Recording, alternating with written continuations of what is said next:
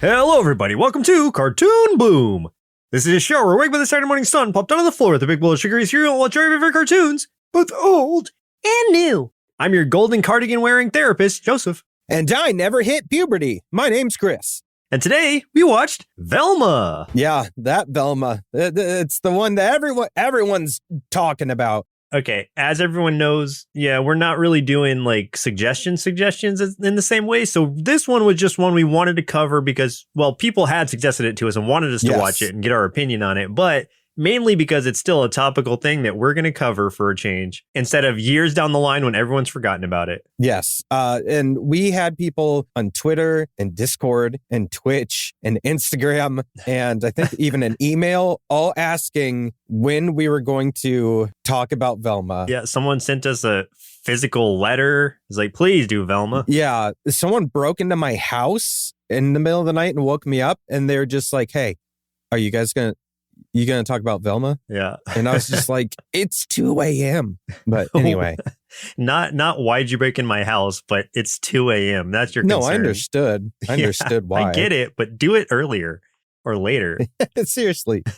Yeah, exactly. So here we are. So Velma aired from 2023 to question mark. It's probably, I can't, you know what? I can't imagine it's going to get another season after the backlash, Joseph, but Joseph, it's already been renewed. After the first 2 episodes, WB renewed it for another season. Man, HBO Max, what are you doing? But, all right. We know HBO Max is making, HBO Max / WB is making weird decisions all over the place. So 2023 to question mark, but probably at least next year, and then we'll see. Based on characters from Scooby-Doo by Hanna-Barbera Productions, developed by Charlie Grandy, produced by Charlie Grandy Productions and Kaling International Inc. and 3 Art Entertainment, and also Warner Brothers Animation. So, Mindy Kaling is, I mean, you're going to tell us later. She's Velma, and also it's produced by her. So it's like, is that why? Like, did she do it so she could be the star of it? I don't know. I don't know. I just I heard about this like a year ago that this was it was being talked about. Like Mindy Kaling was just like on social media talking about doing a Velma show and being Velma, and that I don't know. And I don't think people were expecting it to be exactly how it is now. Like, I think people maybe were jumping to some conclusions. And then there was a lot of people thinking, no, calm down. You're jumping to conclusions. And then I think some of those conclusions were way too spot on than they should have been. Well, I feel like, I want to come out up front and say, like, I feel like some of the criticisms are valid, but some of them are just overblown. We'll dive more into it, of course, but I don't know. I don't want you to come in thinking like, oh, this is just going to be a straight bash of this show, because that's not what it's going to be. It won't be. No. Yeah, at least not on my part. Yes. But so far this has run for 1 season, 4 episodes as of this recording. But I think it's going to be a 10 episode season at least. And then it's on HBO Max, as I said. For a short synopsis, the origin of the sleuth and member of the Mystery Inc. gang, Velma. Kind of. I mean, basically. Sort of. I don't know. I mean, I guess.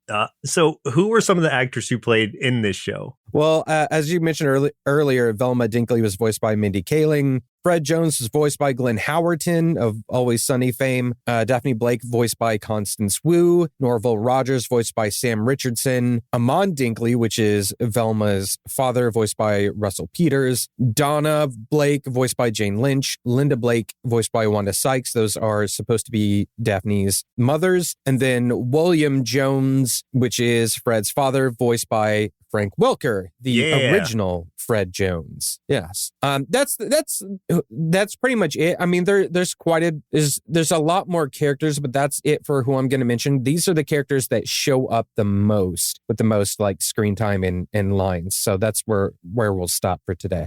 We'll jump right into the few tasty marshmallows out of our big bowl of Velma cereal, but they're kind of funny. Like, these are like bad tasting marshmallows, but the first one's fine, but then it just gets like funnier and funnier. So, I'll start with the first one, which is a basic one.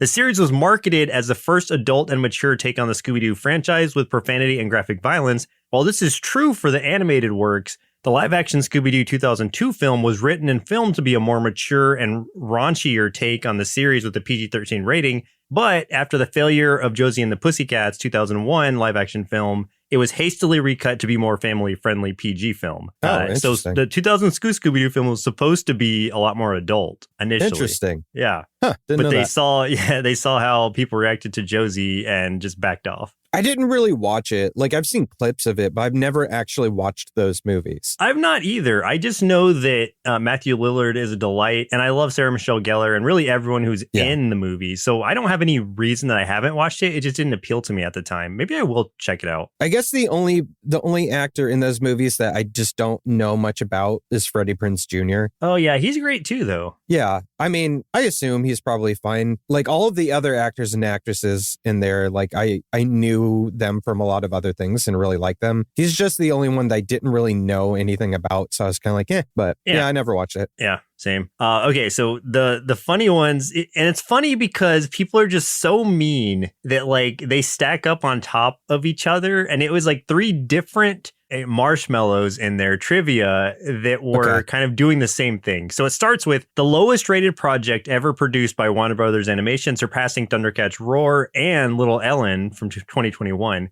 So this is rated lower than those. Then someone else stacked on, this is the lowest rated series ever produced by HBO, surpassing Santa Inc. from 2021.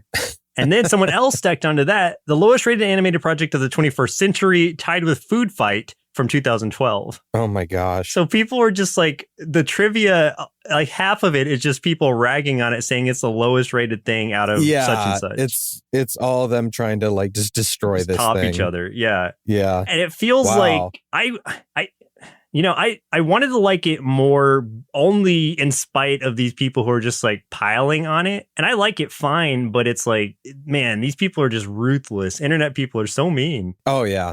I saw like there's quite a few posts out there that was just like officially the lowest rated like animation ever on IMDb. And like I looked at it and I'm like, it's not. We've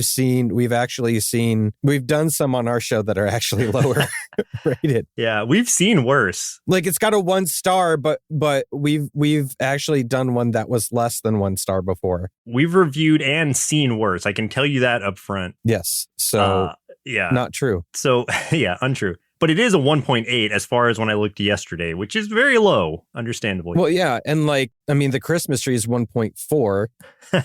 So we've already seen worse. Right. So you can't hurt us anymore, internet. Yeah. Rhapsody was 1.3. Oh. Yeah. There's plenty worse. Yeah. Start there. So okay, let's just jump into the series, the episodes we watched for today's show, starting with the very first one, which was Velma, season 1, episode 1. The teenage outcast, Velma Dinkley, is accused of murdering a popular classmate and has 24 hours to find the real killer, but she's sworn off mysteries forever.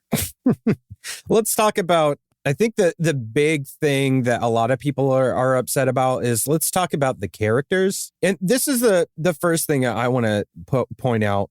I don't care whatsoever what the characters look like. So if anyone's mad about that. Yeah, if it's a race thing for anybody, this is the wrong show to be listening to. Chill out. Yeah, like forget about it. That's the dumbest argument ever. Right. If you're mad about them changing their race, looks, whatever, that's the stupidest reason to be mad at this show. Then you're the one in the wrong.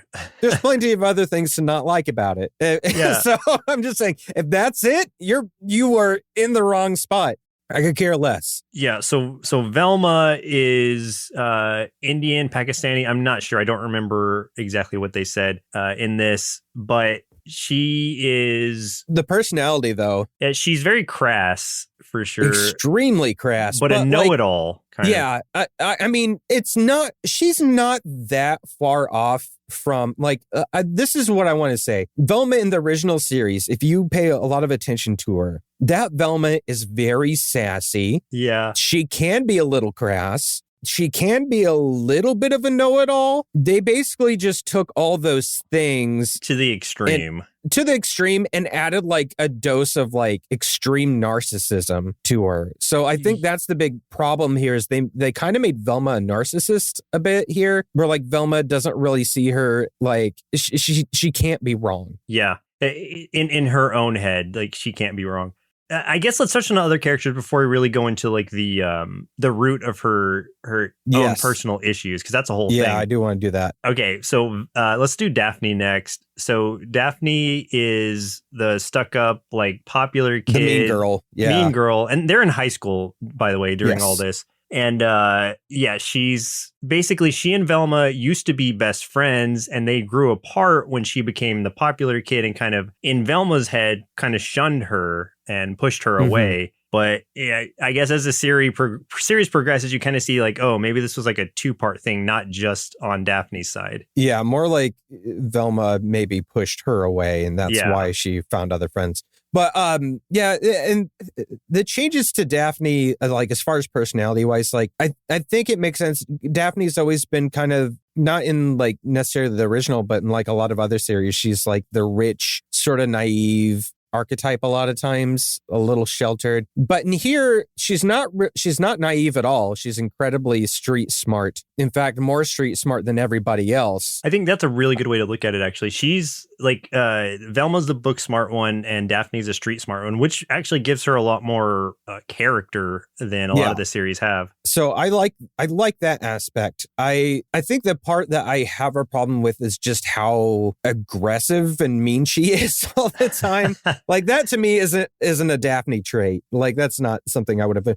But like, I mean, that shell will crack over a few episodes. So, you know, like anybody confronted with someone that they don't like, that's gonna, you know, they'll be more abrasive. So, this starts out with those two really not liking each other. So, right, Fred. Oh God.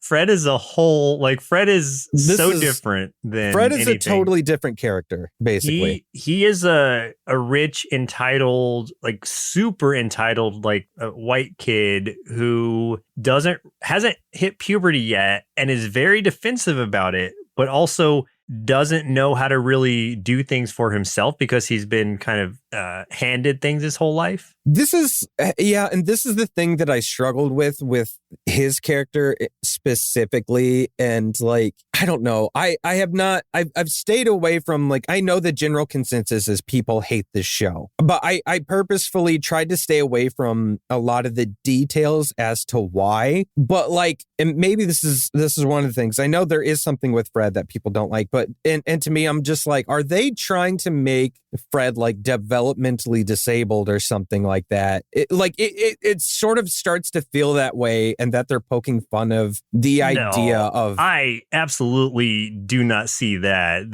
Okay, good. Personally, anyway. I wondered as we watched it, and I was like, oh God. No, I think that's too low of a bar, even for this show. So no, I'm going to say, you know, you might be right, but I'm going to be on the side of, I don't think that's what they were going for.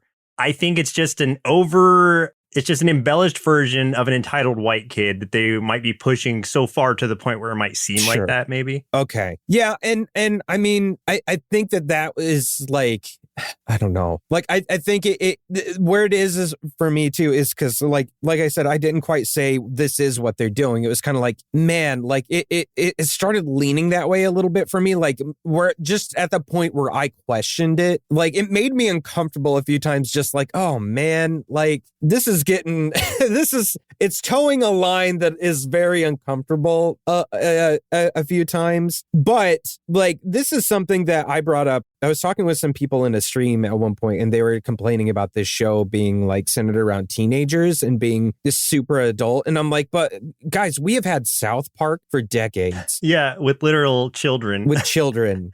And I'm like, I think about too, like, let's compare like Fred to like a character like Timmy in South Park. And I'm like, it's not even, you know, no. It's like they never, South Park is always going to have already gone farther than the show will ever go. And people love South Park. So it's kind of like, you know. I don't see it that way, and maybe some people do, but I'm not. That wasn't what I perceived at all. I didn't even think about it until you said that, and so now it's like, yeah, no. But I think it's just like over the top characterization of that stereotype, and that's. I gotta say though, the scenes that made me laugh the most, if I did get a laugh, the ones that did make me laugh usually involved Fred. So. I'm going to say on to our next character, Norville.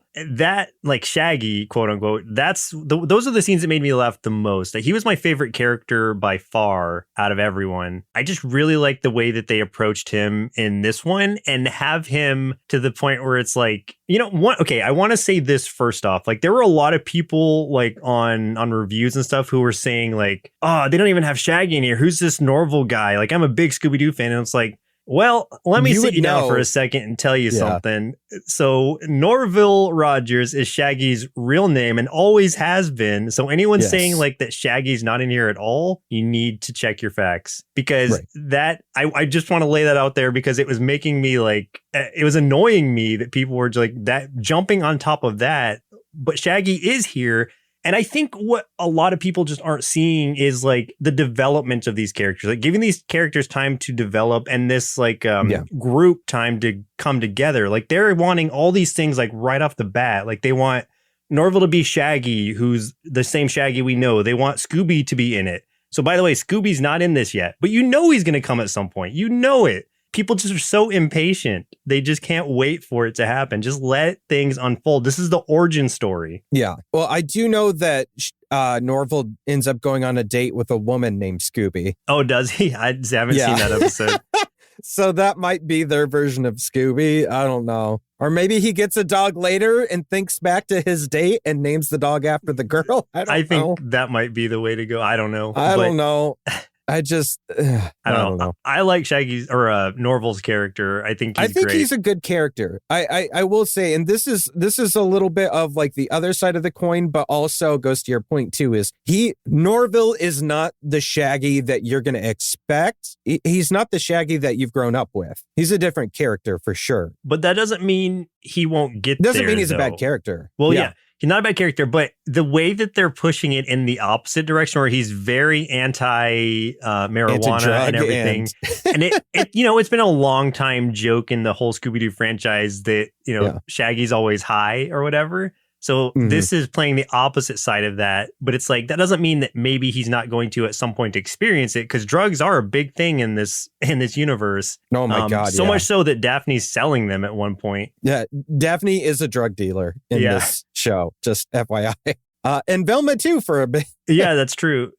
So Daphne, is that in this episode? No, that's the next episode. It's in the next one. Yeah, we'll talk about that then. But yeah, I mean, like, to me, like, Norville is, he isn't Shaggy yet. Like, I can see the path to be there, but like Norville is like, he's not a scaredy cat like Shaggy is.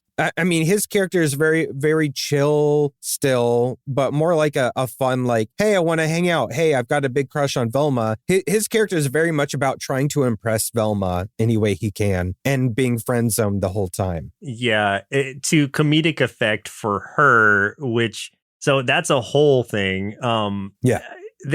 Shaggy Norville in this, he is a like food blogger guy, a video food blogger person, blogger. A snack blogger, yeah. And so at some point we find out that like a lot of potheads are watching his videos because they're so chill and stuff. Yes. And that surprises him. Yeah, he was a little horrified by it for a split second. Yeah. And there is no Scooby-Doo, so there's no dog to talk about. Not yet.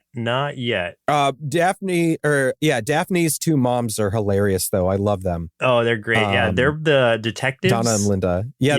They're a married police detective couple, and they are so funny. Oh man, Wanda Sykes is always great. Yeah, I mean, her and Jane Lynch together. Oh my God, as a duo is great. So any scene with those two in it is really good. So what actually happened in this episode?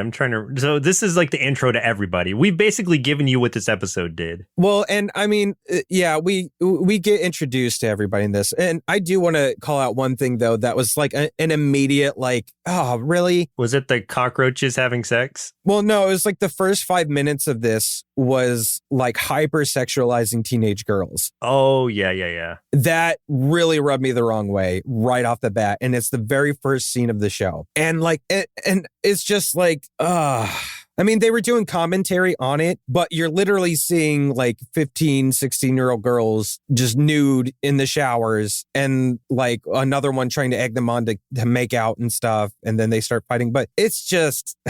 Yeah, I mean... That was a bummer. Yeah, there is concealment, but not a lot of it. No. It's bubbles. And only over the front. Like the butts, they're just like, no, we're going to animate all that. So yeah, it had a very strange start. Like, yeah, troublesome, probably. Yeah, I was not a fan of that. Like, so right away, like, I just wanted to say, like, bad taste in my mouth from the get-go of the very first episode. But basically, we kind of said what happens, like a dead body is found in Velma's locker. It is their friend Brenda. The brain is missing. So thus starts like Velma being the prime suspect. Velma obviously didn't do it, but Velma has this whole backstory that gets explored here that she used to, as a child, was always trying to solve mysteries and stuff. Like, you know, Christmas time, she'd be looking for her presents, things like that, much to the chagrin of her mother, who was, I think it was like after finding some Christmas presents, her mother left to quote unquote go find a new present for her and never came home. Right. So Velma is blaming herself, her mystery solving on her mother's disappearance. Like if she hadn't found those presents, her mother wouldn't have gone out and she wouldn't be gone. She wouldn't be missing.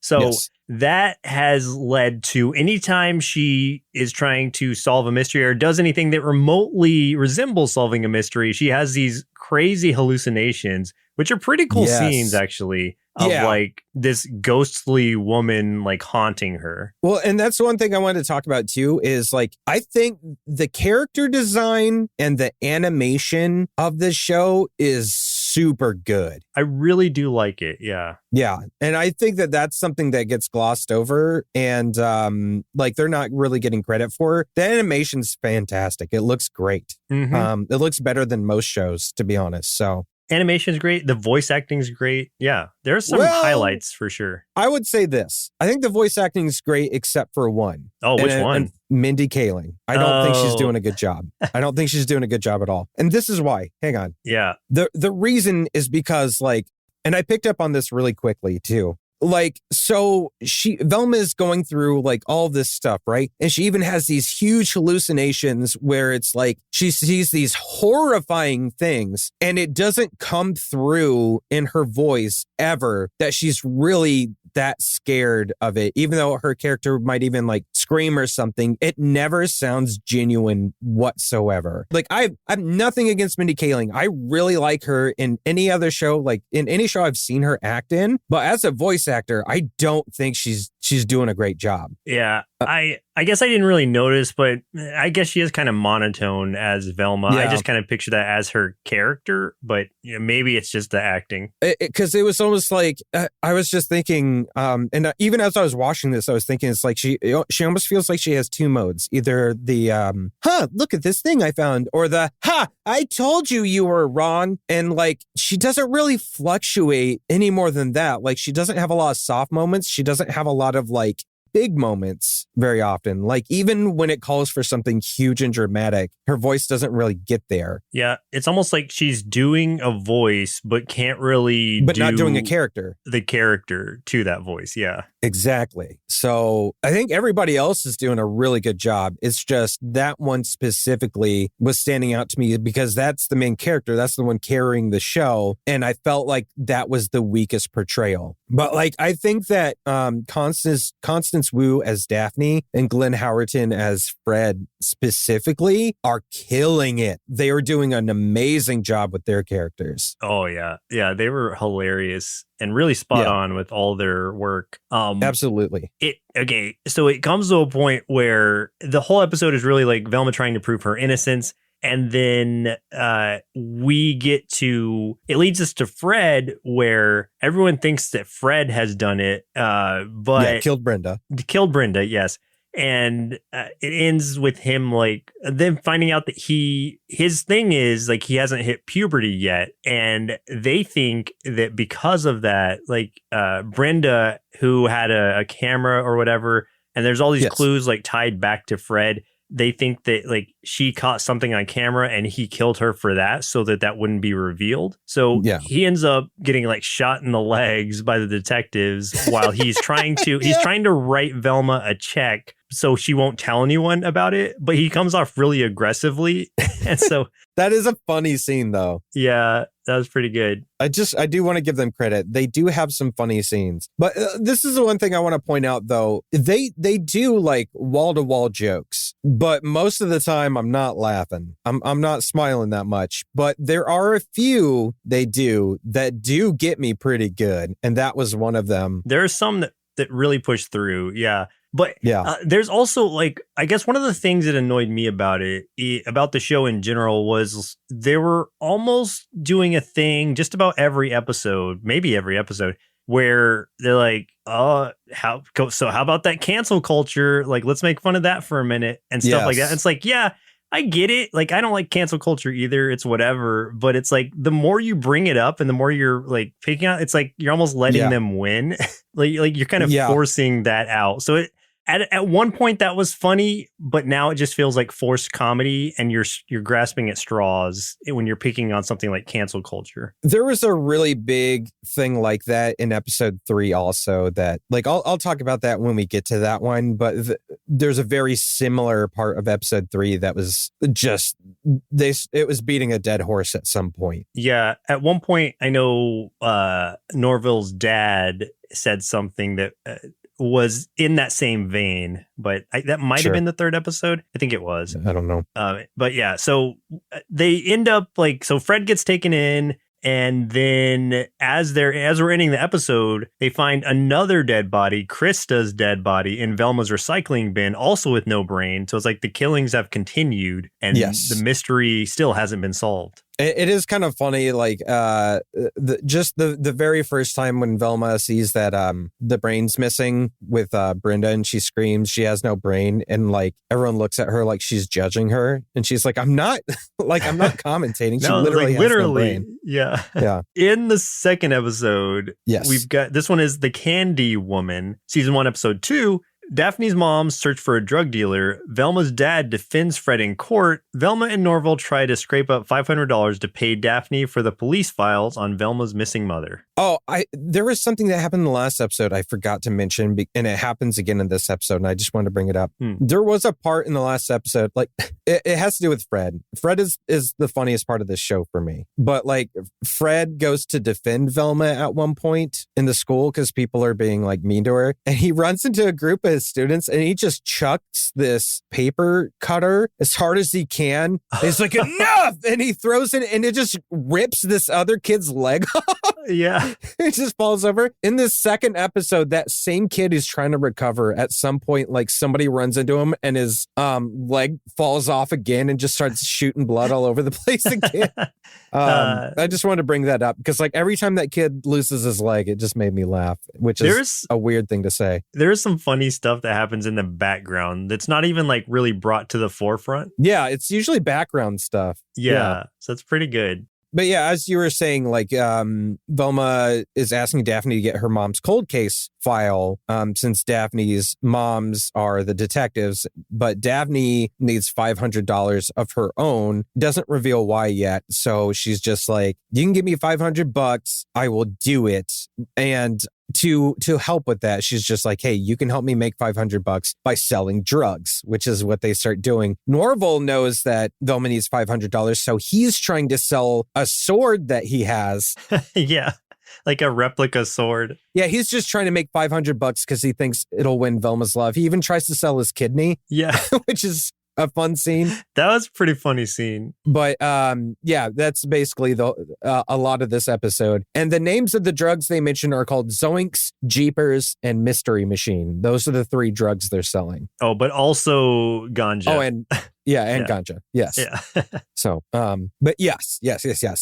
Did you catch some of the homage to the original Scooby-Doo stuff in this one? Yeah, there was some in the first episode too. Like when we were going through Velma's room, one of the mask of one of the, masked killers or whatever, the monsters from the original series is there. Yeah, there was a few like posters, like wanted posters in the police place that had like the robot, and I think like the ghoul thing, the green dude. And then also, so in this one too, Norville was live streaming, and some of the screen names were like Scrappy 799 and then Hex Girls fan. Yeah. So that was there were some fun. Nice nods throughout the series, or throughout the episodes we watched anyway.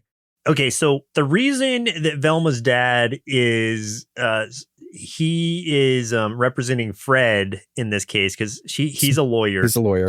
So Velma's dad, after her mom left, started dating this like influencer woman that's his girlfriend, and she's pregnant now, but she's also like has very expensive taste, and so he's trying to like win this case so that he can get the money to help, pay for the things that she's charging on his credit card while also pregnant with his child. So it's a whole thing. That's a weird side thing. Yeah, it's weird. So yeah, even though Velma's the one that thinks Fred is the murderer, got him caught, her dad is now defending him in court. And their whole thing too is just like, he's like, let's just lean into the whole Fred being a child thing. Like they make him dress up like a little boy and carry a lollipop and stuff. That scene was pretty good. Yeah. When he gets all those reporters are there and he has to just act like an actual child. My favorite scene though is towards the beginning of this one though. And this was the first like really big laugh that they got out of me. Was the very beginning of this episode, honestly, was when like Fred was first coming out of the house when he was first being arrested. And he wasn't wearing anything, just the bathrobe, which flapped open when all the camera crews were there. And everyone saw his junk, which apparently is extremely small,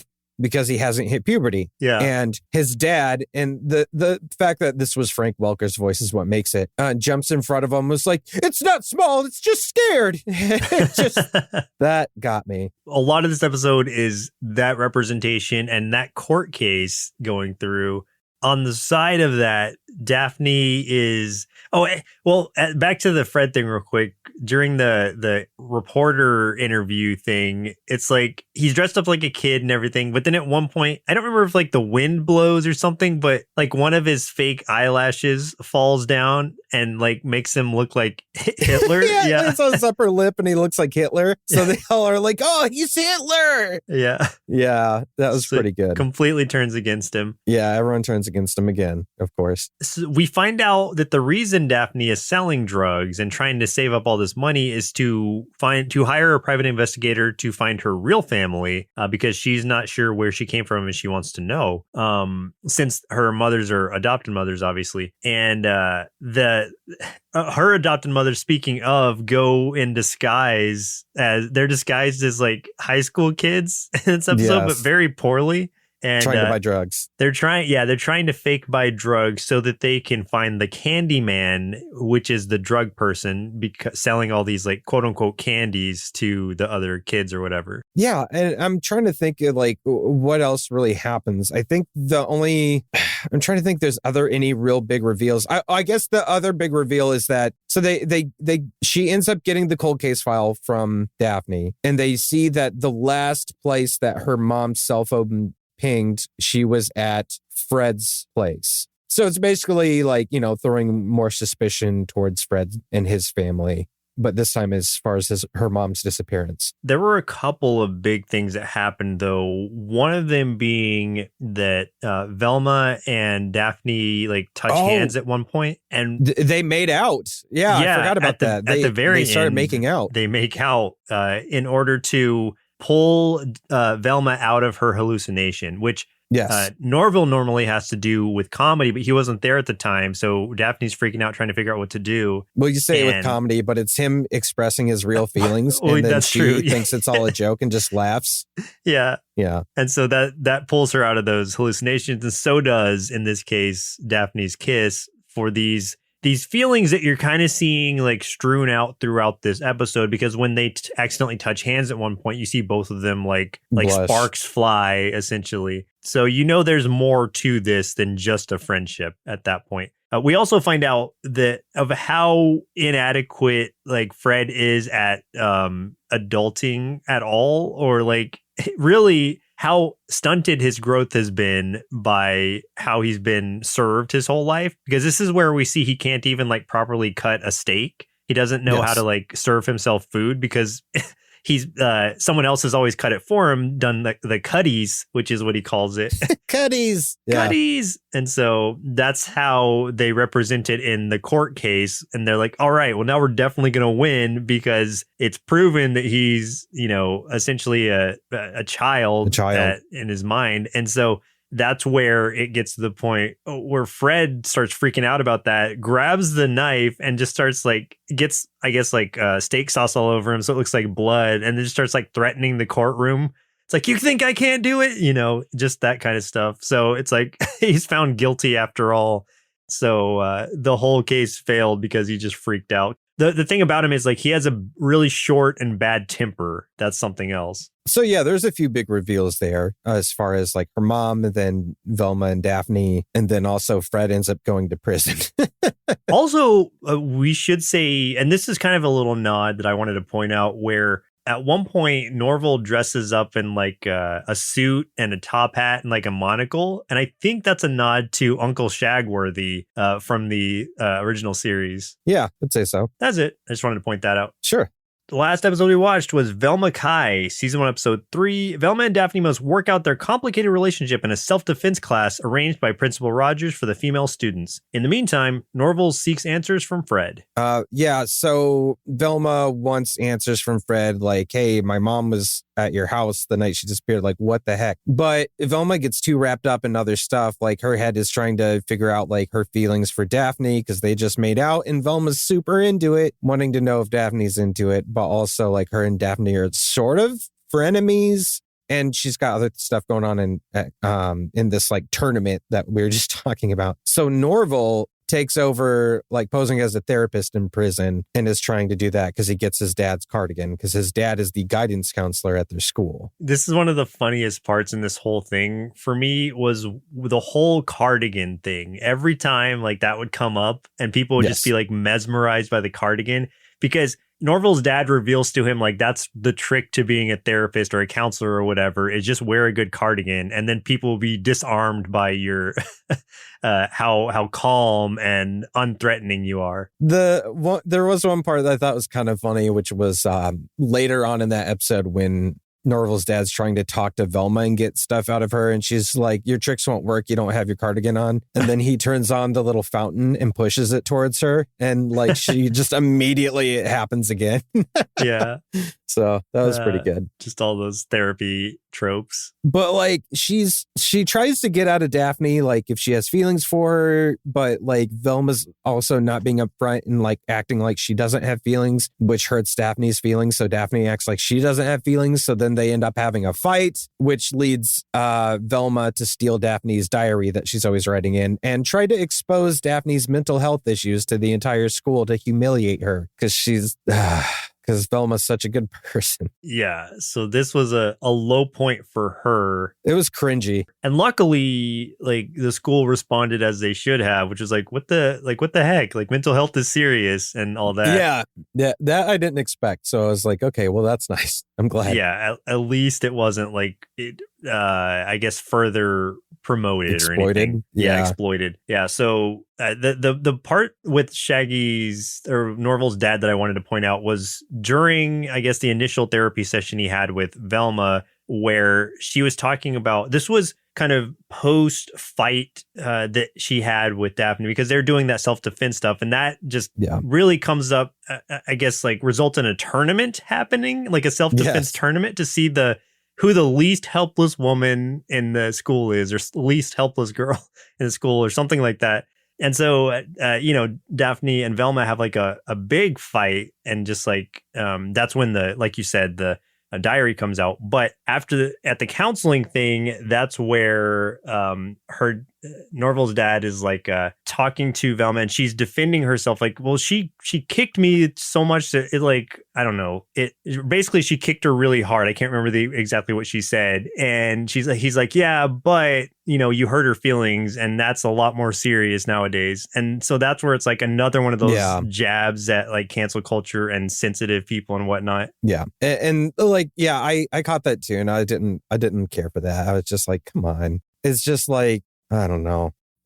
there's this weird line in this show, and I think that's one of the biggest problems this show has, is there is this line of like, I think where you can joke on sensitive topics, and you can make it, and sometimes doing that makes some of the funniest jokes. We would not have successful stand-up comedians if they didn't toe that line well. And this show, I think, makes really half-hearted, lazy, low-hanging fruit jokes on that line a lot. And it's just kind of like, ugh, come on. Yeah. It's less social commentary and comedy based on that as much as it is just like, hey, I'm saying the thing that people are mad about, and that's it. Like, they're not even like making a joke about it. They're just like stating it. It's like, okay, well, it's not funny because you didn't make a joke out of it. You're just like pointing something out that it's like, okay, I guess I get that, but you're not. It's not crafted in a way that's clever at all. It's very lazy. Exactly. And it kind of reminds me of like, if this show was a person,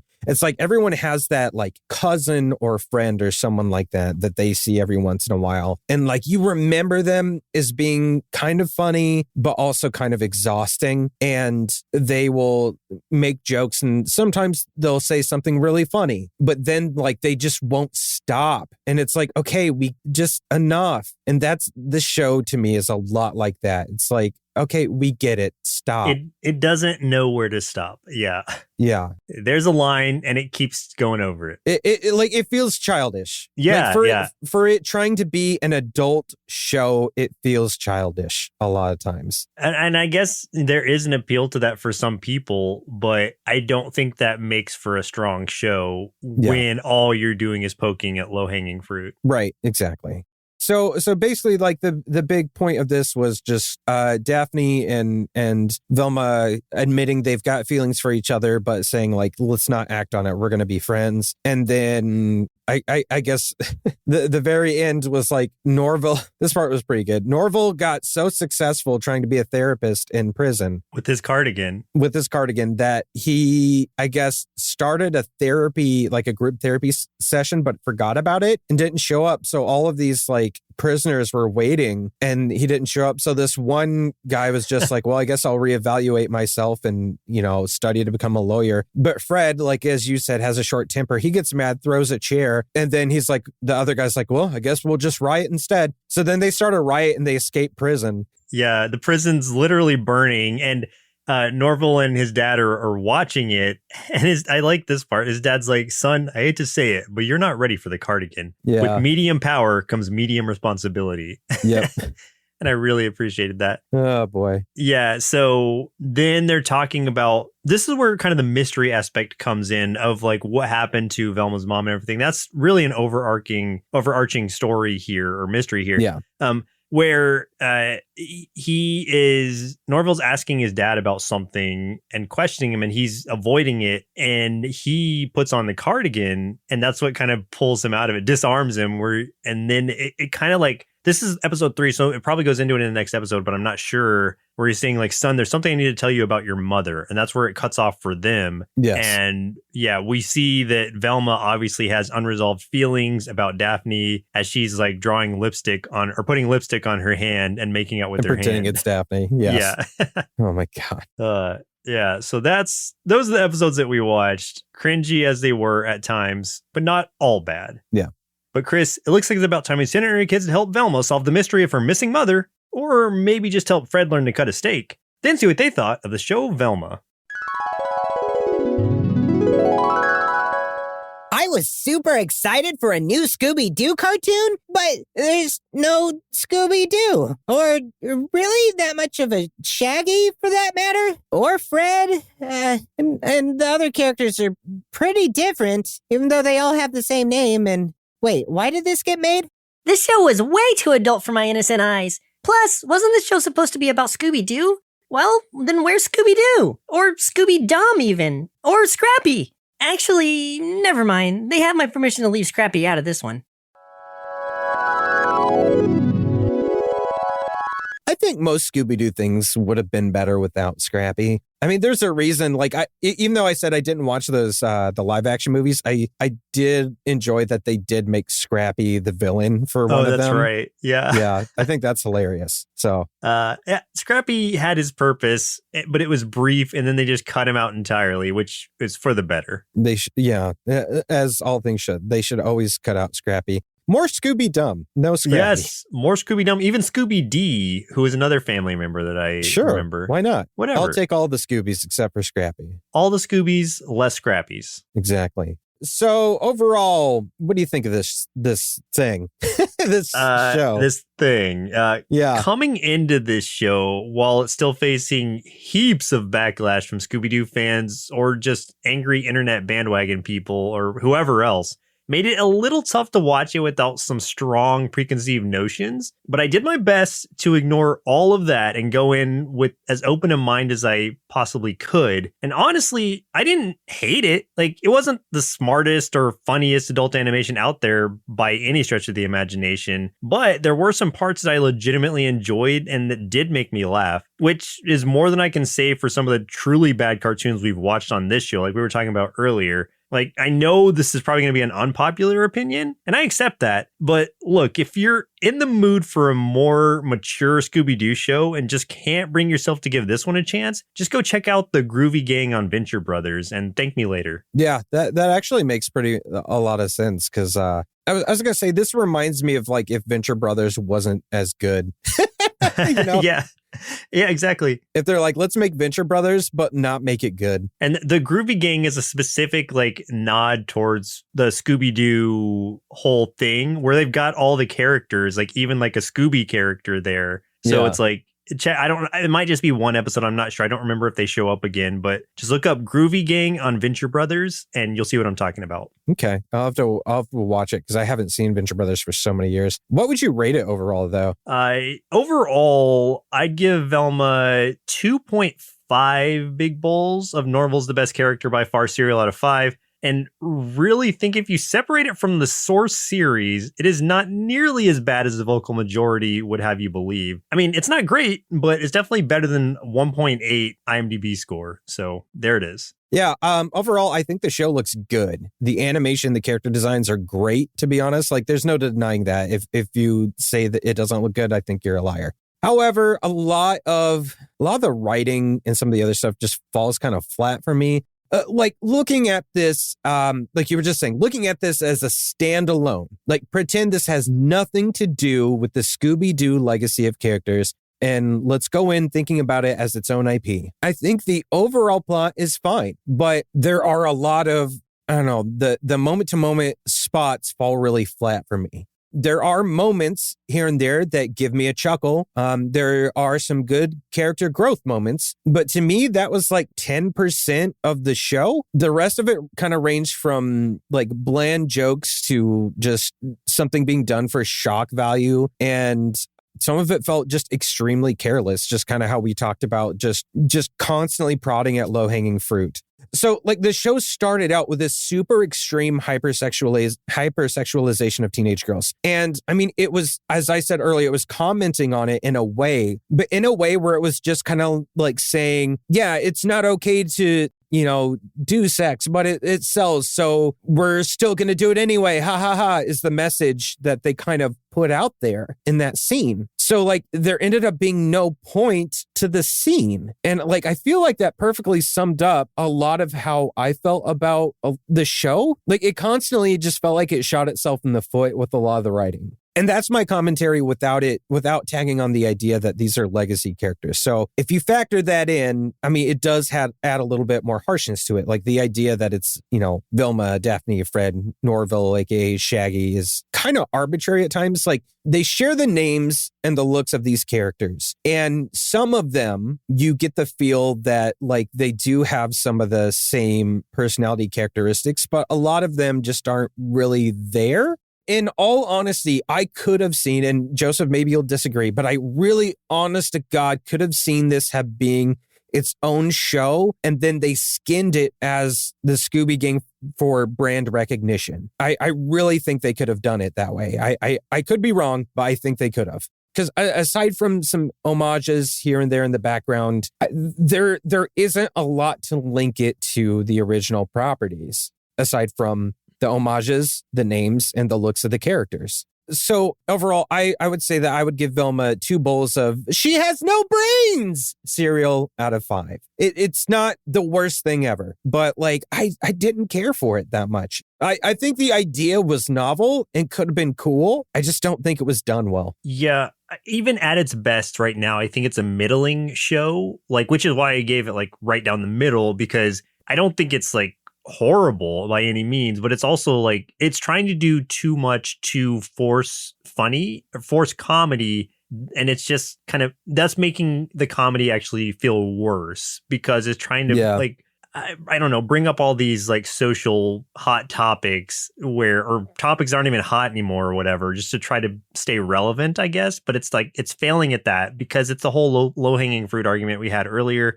So I think it honestly would have been better off had it been shorts, like maybe 12, 15-minute shorts instead of the full 20-something, because it's filled with so much fluff that the fluff is really what's dragging it down in a lot of ways, because that fluff just isn't funny enough to carry it and sometimes weighs it down even more. But to go back to the point that you were making about it being like a reskinned show or whatever initially, here's my predictions. And I could be completely wrong and people can call me out on it if that's the case. But I think that this is planting seeds for what will eventually become, you know, a Mystery Inc. gang closer to what resembles the ones that we know. I mean, it'll still have the adult humor and everything, but I think like at some point Fred's going to hit puberty and that's going to make him like automatically like boost up to where he's like the leader Fred that we all know and love.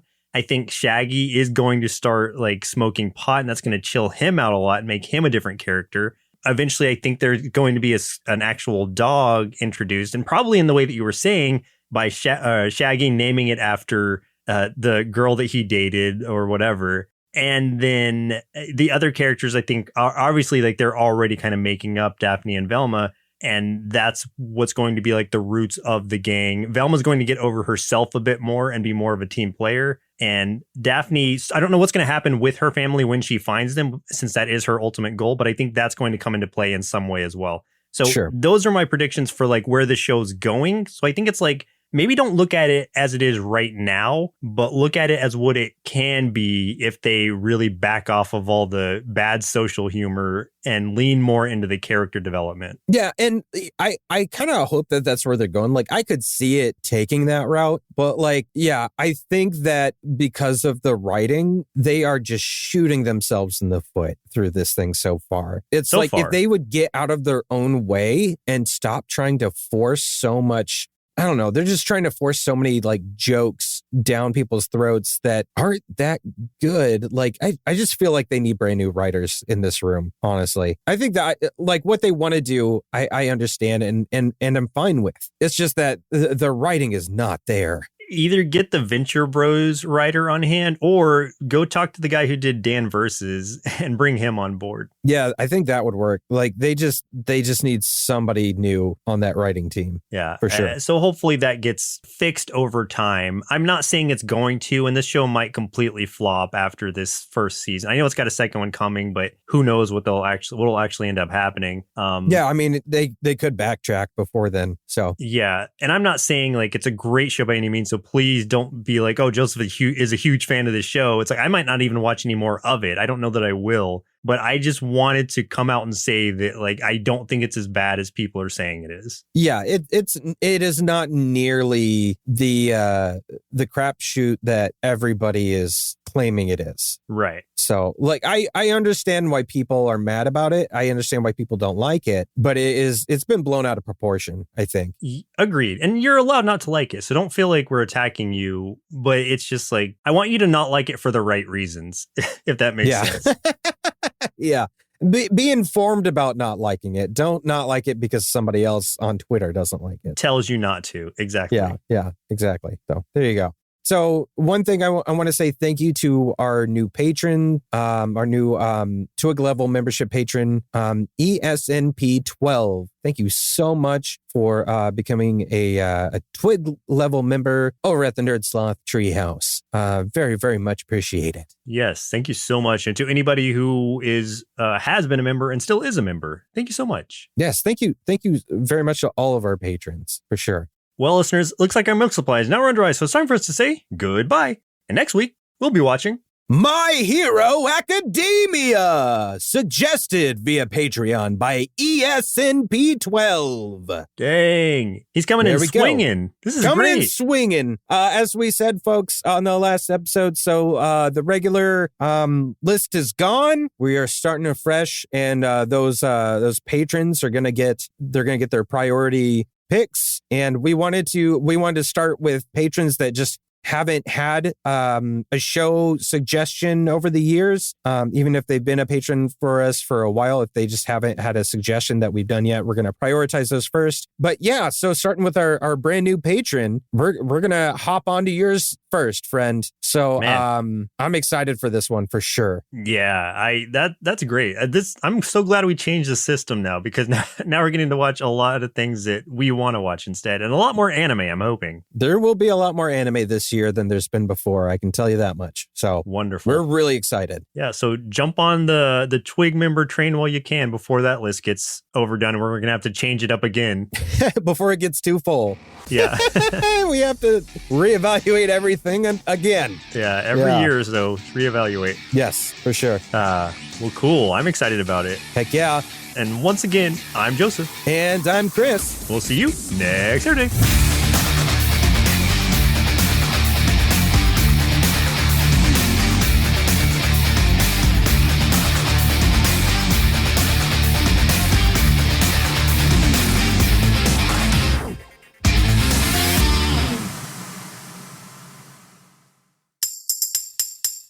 Presented by Nerd Sloth, a place for lazy nerds.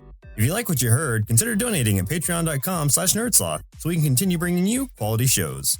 Be sure to also leave us a review and share your favorite episodes and clips on social media.